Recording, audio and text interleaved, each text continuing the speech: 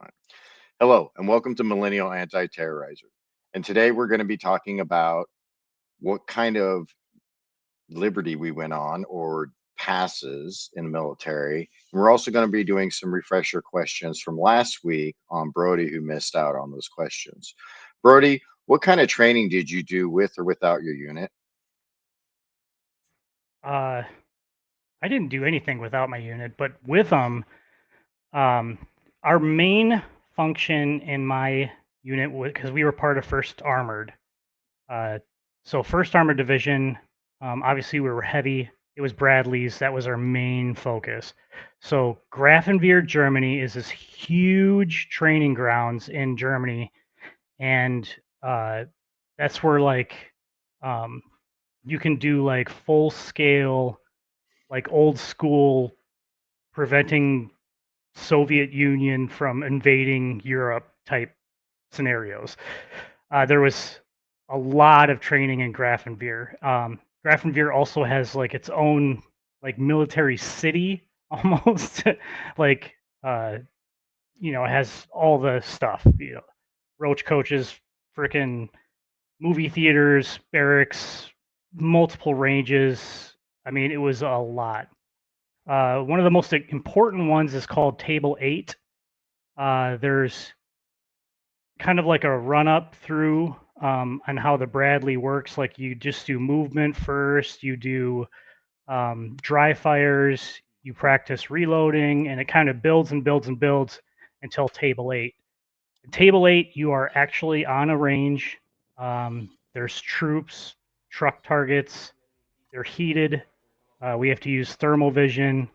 Um, so that's where kind of like your overall like qualification score is for your vehicle. And it all matters on table 8. Everything else, like table 7 is kind of like, practice still, but table 8's where it's at. And so the main focus was always on Grafenwehr. It was always on working with the Bradley.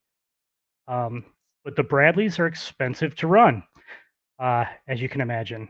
They break down all the time, and it's very expensive. So we did that for like about a month, and then we would come back to Büdingen, Germany, which was the Armstrong barracks, um, and there we would have a month of like fixing everything, like cleaning all your shit, all that kind of stuff. Because the entire time you're in Grafenwehr, it's like mud, a lot of mud like on everything. So all your gear gets just totally swamped with everything. So you got to spend about a month cleaning it, and we do a little, sergeant pocketbook training on the side. And then we spend uh, another month on like small unit tactics or like squad tactics, like on foot. So like more of the conventional cavalry scout type thing. Um, So it would take 3 months for kind of like one little cycle, and then we would do that 4 times a year. So it Oh, was constant training the whole year, um, which was kind of nice. But that's kind of a brief overview of kind of how it was when I was in Germany. okay. That's good that you had all that training before you went to Iraq. Me, Beth, and Alex were pretty much talking about doing almost the exact same training out of Yuma and 29 Palms. It was called CAX, or what was the Operation Viper? Mojave Viper. Mojave Viper. And that's like where we do company and battalion size objectives in the Marine Corps and with attachments, of course. So you're almost looking at, two battalions or a battalion reinforced with something when we do these objectives. Rarely do we go regimental size, which we did in Iraq. We did do regimental size assaults. Okay, so now that you pretty much caught us all up on last week's episode, let's go ahead and ask Beth. Beth, what was the first city you went to on your Liberty that was outside the U.S.? Right. So I was always at Al Asad, Iraq, and when I went there, we called it R&R, so the rest and relaxation, and they would send me for like a couple days. I think it's like 4. And we went to Qatar, and that's where they would send people for it's like a green zone is why they send people there. So there's no like what's the word I'm looking for? It's not hostile. So they send us there. They did have activities and stuff. So it's kind of like a USO almost. And this is for all branches, mind you. So it's not just the Marines going there. And they would have a group of people, and you kind of stuck to those group of people. But within my own unit, they pick like 3 people out of the whole entire unit. And if I went, there'd be 2 other people with me. And I kind of stuck to them just because I knew them already. And eventually I would kind of get to know some of the other guys that were out there because they would also be Marines, but just different units, but still at the same Al Asad, Iraq. So we would kind of stay in a group and get to know each other in that way. But going there, that's kind of where we went and did a lot of our stuff, was always in Qatar. And I have gone twice. So I've done 3 tours. So 2 of my tours I have gone there. Oh, okay. That's nice. That's nice. And how about you, Brody? What was the first city you went to outside the US when you got your first day pass? So I had just gotten there, and they were kind of, they welcomed me, and we had this, I don't know, like you're kind of testing to see who I was and all that kind of stuff. So I got, a bunch of shit. But one of this guy, Sergeant Webb, he scooped me up and he's like, no, you gotta experience Germany. This is definitely where I parked my car. So I didn't even know where we were going. I just knew there was going to be a lot of shots.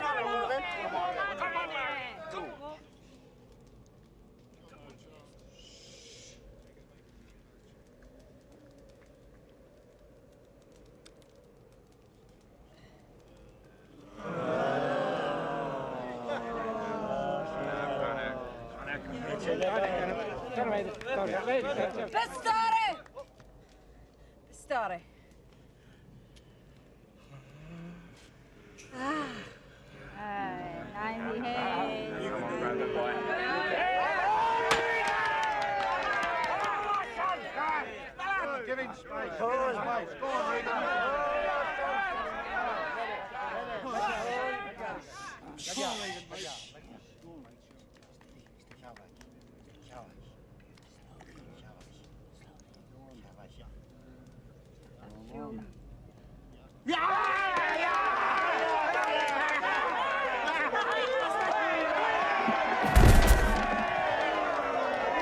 And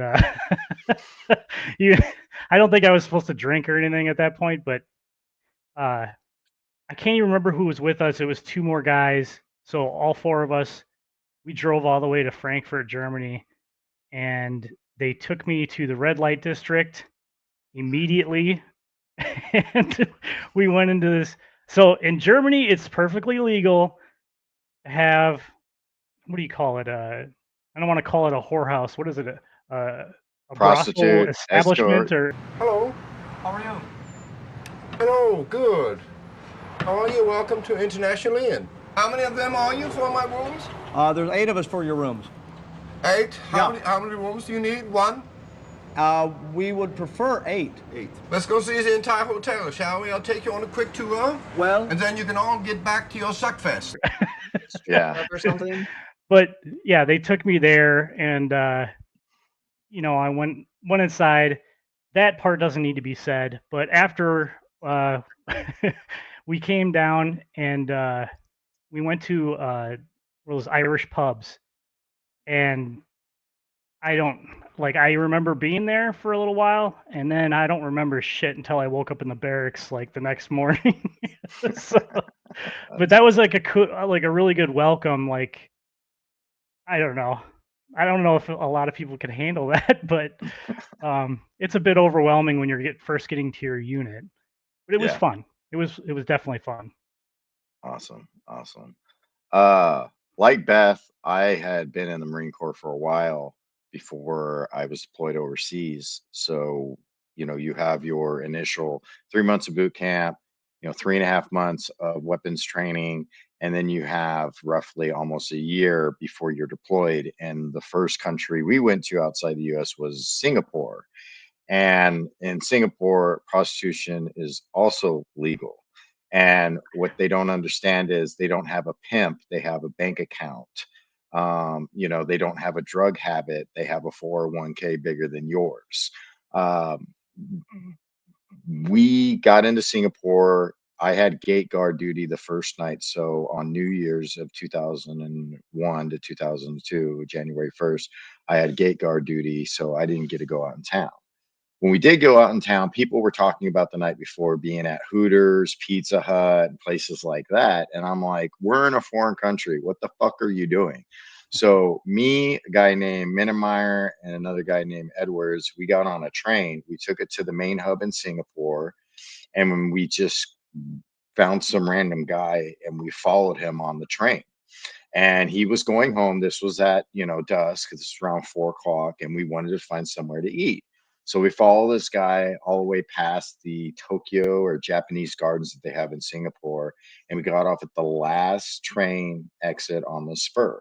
And so we get off at the station, and we like look around, and we see these huge H frame skyscraper, probably 13, 15 floors of apartments. And in the middle of the H's are a courtyard. And in the courtyard, they have like all these different little restaurants. And so we sat down and we ordered tiger beer, and I ordered sweet and sour pork chops. And they were so good that I ordered seconds of the sweet and sour pork chops. And it turns out they weren't sweet and sour pork chops. I wasn't ordering number 31, I was ordering number 32, sweet and sour dog chops. So after this, I was told where to get a prostitute by my father, who was in the Coast Guard. And he says, the number one place you want to go and get things is from a taxi driver. So then we went and got a taxi. We asked the taxi driver to take us to not the most expensive brothel, but one of the higher end brothels. And there, when they took us to this brothel, it was basically a business. They had a koi pond or a koi tank there with like thousands of dollars worth of coral, a coral tank and whatnot. They had binders with the portfolio of the women that you choose from. And we after we did that, then we went and got a late dinner and head back to ship. And I remember I was pretty drunk and we were running on the time short, so I had to hoof it like a good mile drunk to the ship from the pier.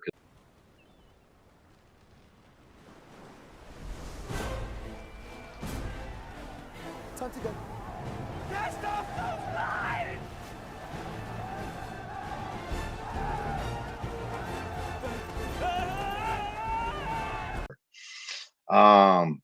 All right. So, Beth, what did you do your first day in that new country when you did go to Qatar, or is it Qatar? No, it's guitar. So my first time, so they would have like these chauffeurs that would come and pick you up, and I wanted to go do this with another girl that I was with my first time around. And we went to go see the city of Qatar. So I really enjoyed seeing the differences in the buildings compared to what I see back here in the States. Very different. Um, the way we would drive around, I'm not going to lie, I thought the States were bad. Like I complain about Florida all the time. No, these people do not have stoplights. These people just keep going. And when you come to this roundabout, it's like a yield sign, but nobody yields. You got to get into that circle really fast. And I'm like, I thought we were going to die. So It's amazing. I cannot get left.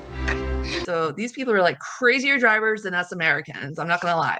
But nobody's got into car accidents. So maybe we're doing something wrong here in America. But, anyways, moving forward, we got to go to the hookah bars. I got to actually go swim in the Mediterranean Sea. And swimming in there, they had these really cool little purple jellyfish, but they didn't sting you or anything. They were just right there on the shore. And it was really kind of cool to see these things just kind of out in the daylight like that. And the way they kind of not glowed, but just kind of shimmered a little bit. That was some things that we got to do. No, I did not go to any strip clubs or whatever you guys call your prostitution things. I'm a girl. I didn't do that kind of thing. But yes, I did drink. But they only allowed you so many drinks. So if you were back at this, what they call like a USO almost, they gave you these little tickets. So we got like 3 of them that allowed you to get only so many drinks after that. So it's not like we could get drunk or anything over there. But that was probably my first time. The second time I did do the hookah bar again, but this time I had 2 guys with me. One of the mechanics from Motor T, and then I forgot who else was with me. But again, we got with a group of other guys that were also from Al Assad, and we went all over the city. This time we actually walked versus getting in a car. That way we can stop again back at the hookah bar. We got some of their food. I got to see how they do their farmers markets. I like seeing the foods they or sorry, a lot of the produce they have, very different. So it kind of reminded me when I used to go into the Asian markets here is like a lot of the foreign vegetables and fruits and stuff that you would never see. And I'm like, I wanted to buy some. So this is where I got to actually see white strawberries for the first time there. And I don't know what other stuff they have. I've never seen it before, but it kind of reminded me of um, what is it called? Not a pear, but the big old papayas. It's what it looked like to me at least. So I had a good time. But the farmers markets, pretty much there are grocery stores there. It's not like where we have grocery stores here. This is like the legit thing. And that's how they make their money. There's like all these vendors everywhere on the streets just selling their stuff. And that's what I experienced the most. Okay. Okay. Hey Brody, so since we talked about like what you already did your first day, like I did, what was I know you probably don't remember that first night, being out in Germany, but after the next few times you were out there in Germany, did you get a feel for what the locals kind of felt with you? I mean, this is Germany. We did kind of pound them in the ground 50 years before this at the time. Yeah, so listen, I fell in love with Germany. And I've never met a rude German. They're really genuinely awesome people that love Americans. And like I was even there when our post was closing down and even the locals were like, "Shit." Like there goes like you guys bring in money to to our bars, our shops, everything. Like they were kind of disappointed. Um but that was higher up political thing. But no, I really fell in love with it and the whole place was like everywhere I went was so cool. Like there's so many like the different cuisines that were there. Like they had real Greeks there that were selling like euros and all that stuff. German food is mainly like meat and potatoes, and yeah, sign me up. Um, just it was really and all the bars, all the pubs there, all have microbreweries. It's all like they brew their own stuff, so you can have local stuff. It's just oh man, all the towns were really great. There's a lot of cool things to see, like even where we do our balls. I know you guys Marine Corps ball or whatever, but we had like when we get dressed up in our Class A's and kind of want to look good and kind of kick back a little bit with our whole unit, we go to this Castle Frankenstein, and it's where Shelley or Mary Shelley actually wrote the book for Frankenstein was at that castle. Like that's the castle that the whole thing was from.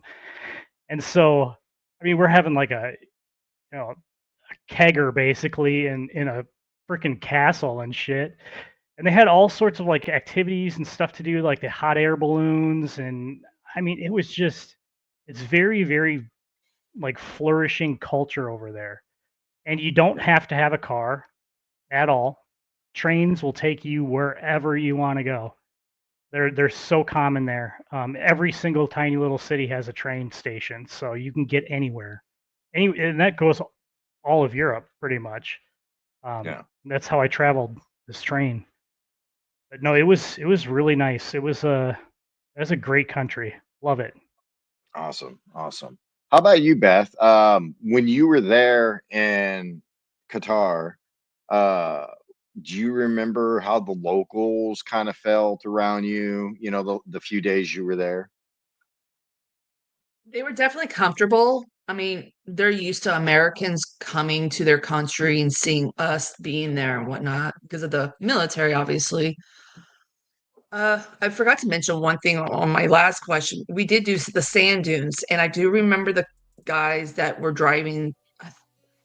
It was an SUV. It's probably a Land Rover for all I remember. But they were very inclined to really wanting to show us like almost everything. They're like, look at this. They want to talk to us. They're almost wanting to get us to know us too, what's going back in our country, because they're very curious. So they want to get to know us just as much as we want to get to know them. But um, especially when it came to money, because I didn't know how to translate like American money to theirs. They already had like this system set up for us because that's what I mean. They're so used to seeing Americans come into their culture, and especially in the mall. I've seen their mall, and they had to do that for me when I was buying clothing. They would have to like do this calculation of how to pay me their money back with my American money. So I got to collect a lot of their stuff from that, but I really enjoyed meeting the people. And some of them also wanted to come up and talk to me, meaning like when I saw families in this mall, there was a gentleman who had, I'm assuming these were his wives, who were all up in their burqas, and the women kept looking at me because I was not dressed up, obviously, but they knew I was military. But they would wave to me, not like come up to me, but would just kind of wave in passing, just get all like giggly. And I was like, oh, that's kind of cute. They were excited to see me. At least somebody loves me. Yeah, this was in January of 2002. And, you know, it 9/11 still pretty fresh, not just in America, but in the world. And Singapore used to be a British colony, but so they spoke pretty darn good English. Some people did speak Malaysian. There was Sikhs from India there. There was people, white people there that looked like they dressed up like Australian students. You know, the girls did in their uniforms. Um, it was a very multicultural city, metropolis, if you will, because Singapore is pretty much one big metropolis on an island. And I remember out of the 5 days we were there, you know, the first day was pretty much Liberty. Um, Second, third, and fourth day was training with the Singapore Commandos. And then on the fifth day was the last day of Liberty. But at each night, they did let us go drink. And I remember we went to this club, and the second night, and this club had lockers like a bus station out front, and you could put your backpack and everything in there. And I remember when I was getting ready to go inside, they told me I had to take my hat off. And I'm like, why do I have to take my hat off? And they're like, for the cameras. You didn't see the cameras, but there was cameras in the bars to make sure, or the clubs to make sure everybody was kind of cool and stuff. And it was a really nice club, and we met some chicks from Greece there. And in the back, they were playing. There was a pool table, and you got that vibe when you got back there, like this is not the place for you, white boy. Immediately turn around and go back to the bar, kind of deal. Like, oh shit, those guys will hustle me for all my money, kind of deal. Like the way I got the vibes from the looks from them. But the interesting part about Singapore in the 1990s, this guy tagged some walls and they gave him a caning. So in Singapore, everything's pretty much a caning, and you don't spit on the sidewalk. You can't chew bubble gum and walk on the sidewalk. You can't eat, smoke, drink, nothing on the sidewalk. They have these railings, and people stay away from the railings from the road. And you can sit against the railings or stand against the railings, and you can smoke a cigarette, chew gum, drink, eat, whatever it is. But everybody's so polite, and it's like being in New York, but it's perfectly clean, and there's no cops. And you wonder why there's no cops. It's because all the cops are in plain clothes uniform, or plain clothes instead of uniforms. And the only law enforcement we had in uniform and actual cop cars I saw is when we would take convoys to the jungle and train in their jungle on those days. And it was surreal. And because this was right after 9/11, everybody was super friendly, super nice, other than those vibes I got when I went back there, you know, those guys playing pool. Thank you everybody for watching Millennial Anti-Terrorizers. Make sure you go down below and like and subscribe. Thank you.